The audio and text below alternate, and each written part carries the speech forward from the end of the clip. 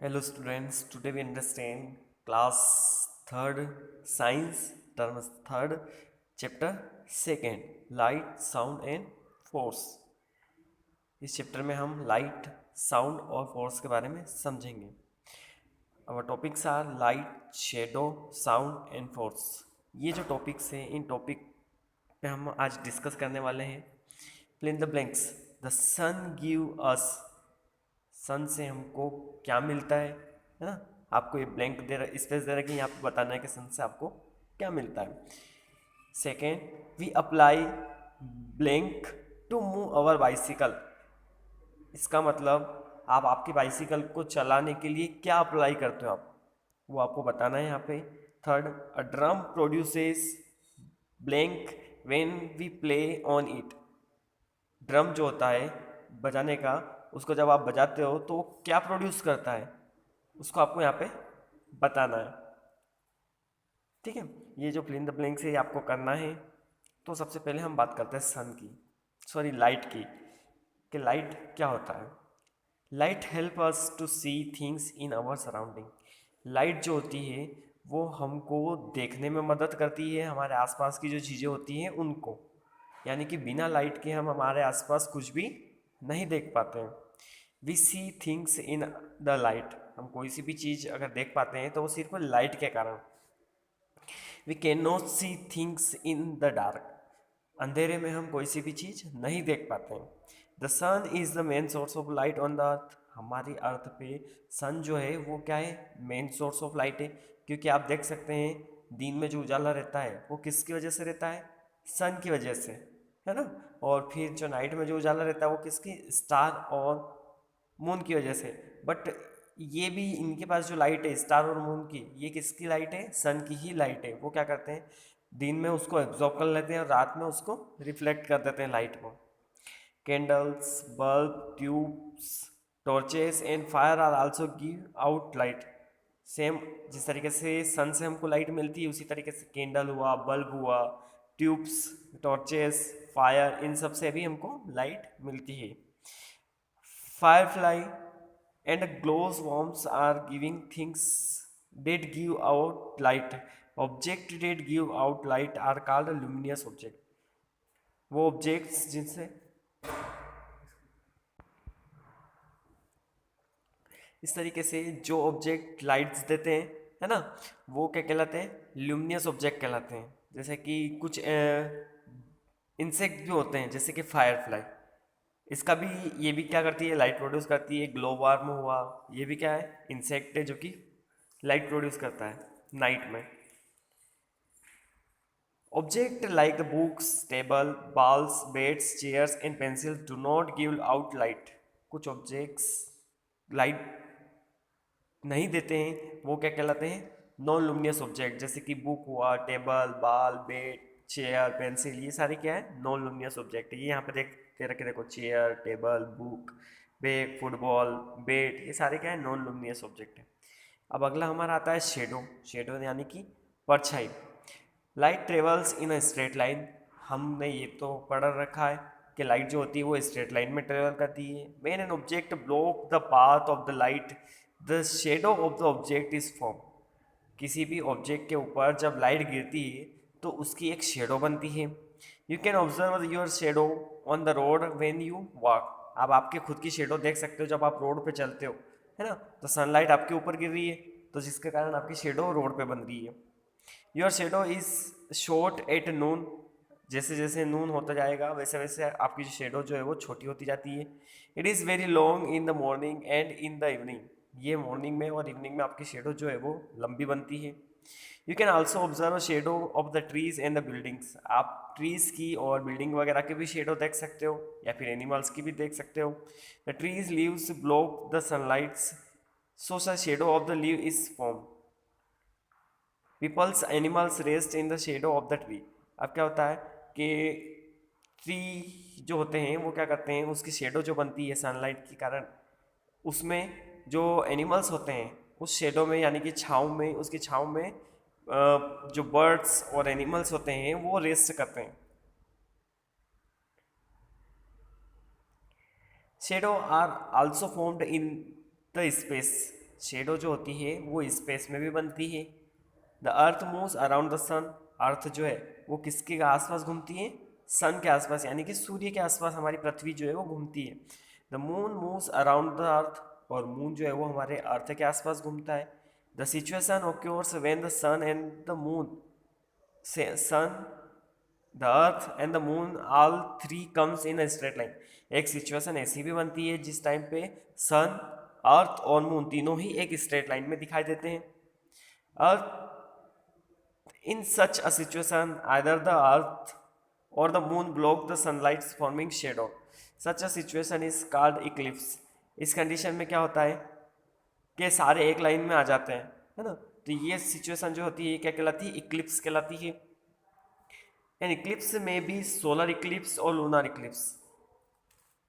Eclipse जो है यानी कि ग्रहण जिसको हम बोलते हैं वो सोलर इक्लिप्स भी हो सकता है और लूनर इक्लिप्स भी हो सकता है, यानी कि सूर्य ग्रहण और चंद्र ग्रहण।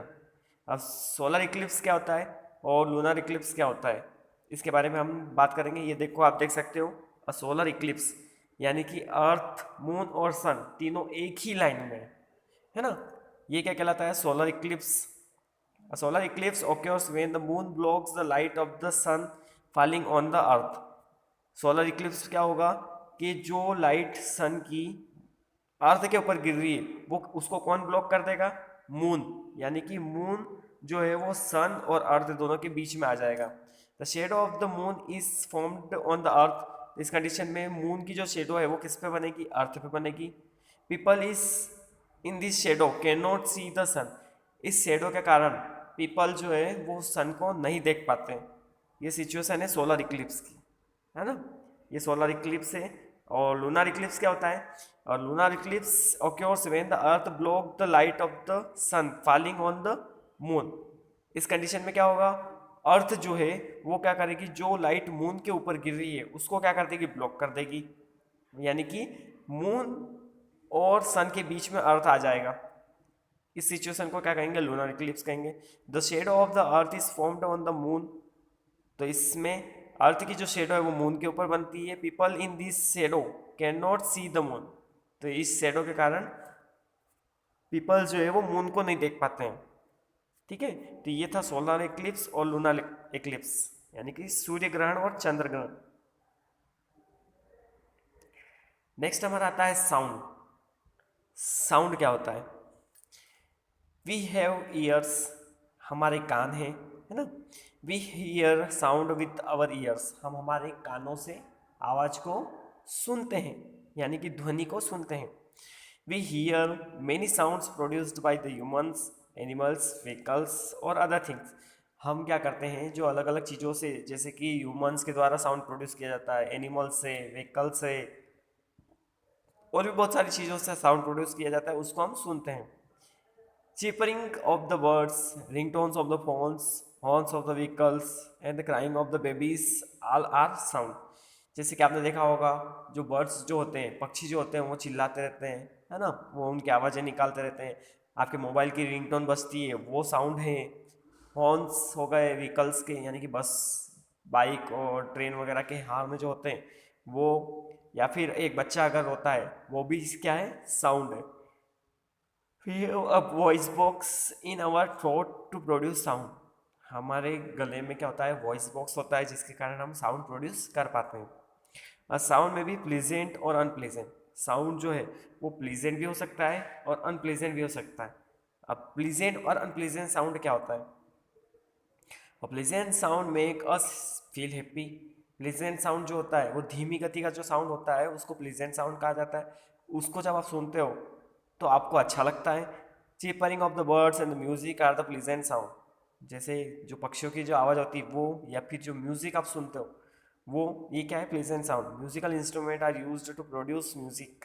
म्यूजिकल इंस्ट्रूमेंट को यूज में लिया जाता है म्यूजिक प्रोड्यूस करने के लिए। We listen to music on the radio and television. तो उन्हीं म्यूजिक को हम रेडियो और टेलीविज़न पे सुन सकते हैं, या फिर हमारे मोबाइल में भी सुन सकते हैं। ये देखो, ये कुछ म्यूजिकल इंस्ट्रूमेंट के नाम दिए हैं, जैसे कि पियानो हुआ, फ्लूट हुआ, ड्रम, गिटार, ये सारे क्या है, म्यूजिकल इंस्ट्रूमेंट है। तो ये तो हो गया प्लीजेंट साउंड। अब अनप्लीजेंट साउंड क्या होता है, इन unpleasant sound irritates us. It is called a noise. Unpleasant sound जो होता है वो क्या करता है, हमको इरिटेट करता है, यानी कि हमको हमारा सिर दर्द चढ़ाता है, तो उसको क्या कहते हैं, नॉइस कहते हैं। फिर horns of the vehicles and the flying aeroplanes cause noise. जो व्हीकल्स के जो हार्न होता है वो, या फिर जब एरोप्लेन उड़ता है तो उससे क्या होता है, नॉइज होता है। Noise is harmful to our ears and health. Noise जो होता है वो हमारे कानों के लिए और हमारी हेल्थ के लिए खतरनाक हो सकता है। Noise can lead to lack of sleep. Noise अगर ज़्यादा होता है तो उससे आपको नींद भी नहीं आती है। It can cause loss of hearing. अगर नॉइज अगर कंटिन्यूस अगर होता रहता है तो आपको जो हियरिंग की प्रॉब्लम है, जो सुनने की जो प्रॉब्लम है वो बढ़ सकती है। It can lead to headache. इसके कारण सिर दर्द भी होता है। अब कुछ क्वेश्चंस दिए गए हैं। Name two things that produce pleasant sound. आपको दो चीज़ें का नाम बताना है जिससे प्लीजेंट साउंड प्रोड्यूस होता है।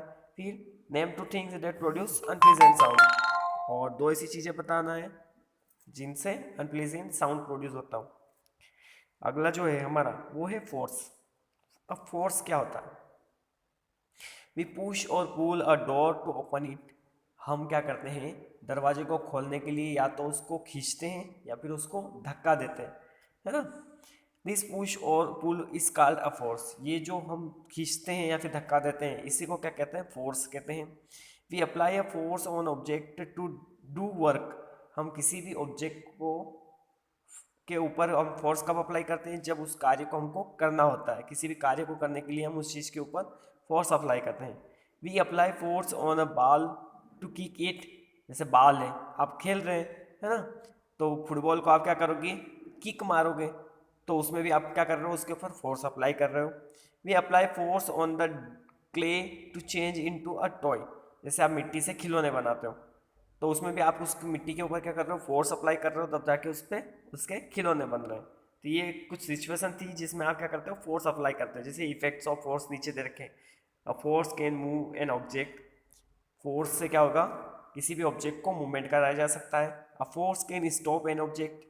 किसी भी ऑब्जेक्ट को रोकने के लिए भी फोर्स को यूज में लिया जाता है। A force can shape change shape of an object. और फोर्स जो है वो किसी भी ऑब्जेक्ट का शेप चेंज कर सकता है। तो ये जो हमारा जो चैप्टर था, ये चैप्टर यहीं फिनिश होता है।